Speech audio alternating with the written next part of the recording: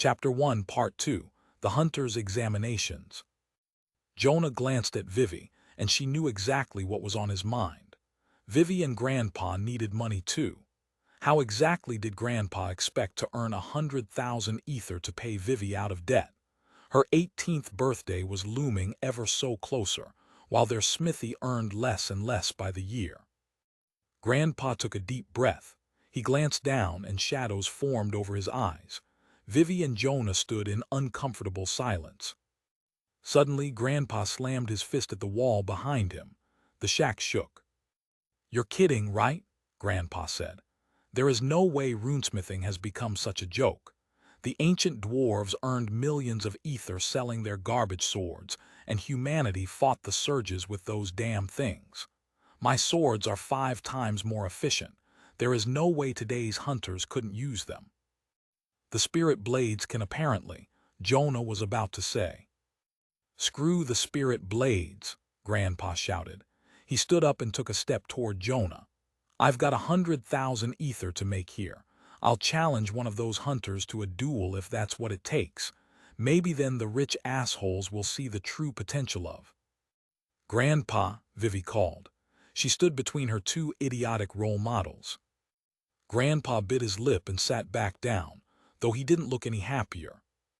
"I haven't slept all day," Vivi said. "Can I rest without thinking about dying for a minute? If you two want to argue about my curse, go ahead, but say it straight. I'm not so young and fragile that reminding me of my fate will suddenly turn me into a crying puddle." Both adults went silent. Jonah sipped his drink awkwardly, while Grandpa scowled at the ground. Grandpa wanted to earn ether more than anyone, to pay Vivi out of the debt she'd been born in. Ether was the currency of life itself, present in all living things from plants and insects to humans. Every human, from ordinary farmers to the legendary fighters of the underground, carried wisps of ether within their souls. For any magical beings, ether was the fuel that powered abilities. Rune swords, too, used ether to offer their wielders superhuman capabilities. Non-magical beings, such as the boring humans present in the smithy now, used wisps of ether merely as a currency of money. A single wisp could purchase food for a small family for a day or two.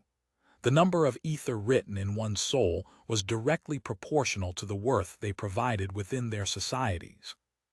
To fall anywhere near zero was considered a death sentence. An adolescent soul was allowed into debt to allow for growth, but once a human grew above 18 years old and their soul developed into a full ether core, a negative number would starve the soul. A full core required ether much like a stomach required food.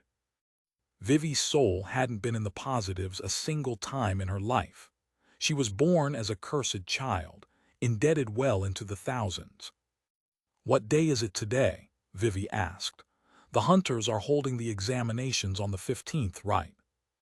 "Doesn't matter," Grandpa said. "The hunters are free to shove their spirits up their asses." Vivi gave him a look. Jonah sighed.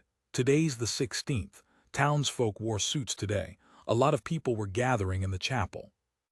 "The hunters are late then," Grandpa said. "Fellwater never wears suits, except when they have a chance to earn spirits." Vivi's heart thumped. She quickly took off her smithing apron and put on her gray raincoat. "I might still have time." "You want to watch the event?" Grandpa asked. He sounded confused. Of course not, Vivi thought. Examination day was one of the most miserable events to exist.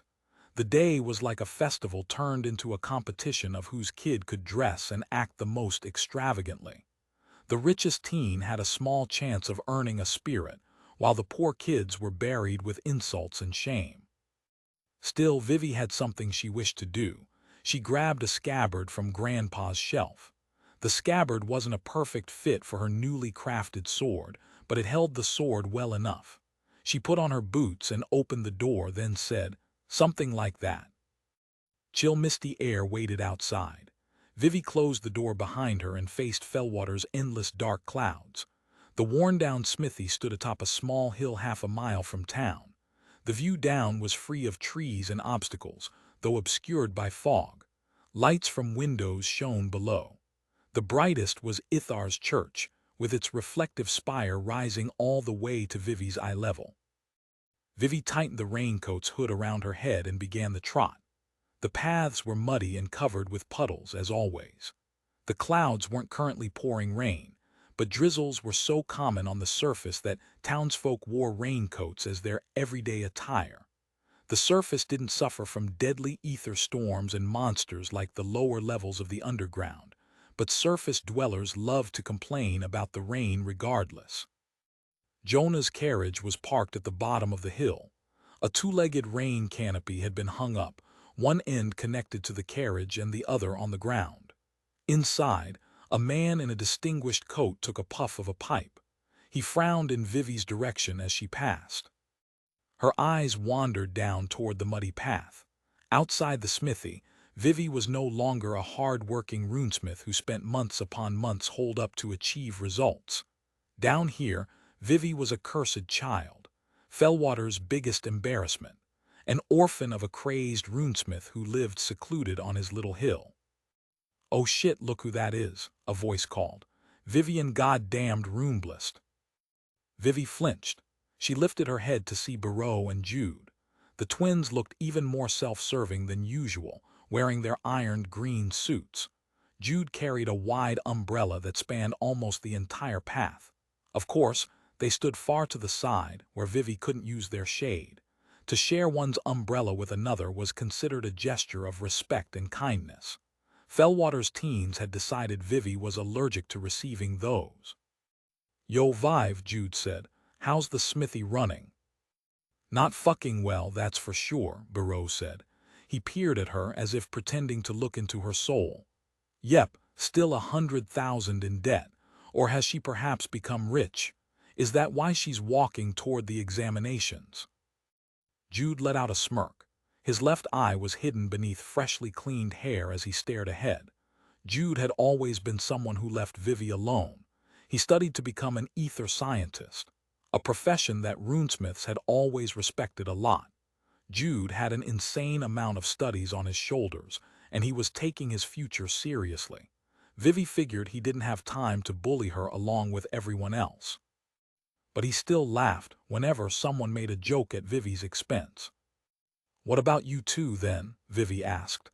"Are you planning to get chosen? Do you dress well because you seriously believe you're going to earn a spirit this year?" Barreau grimaced. "Perhaps we will, maybe we will not. What does it matter to you?"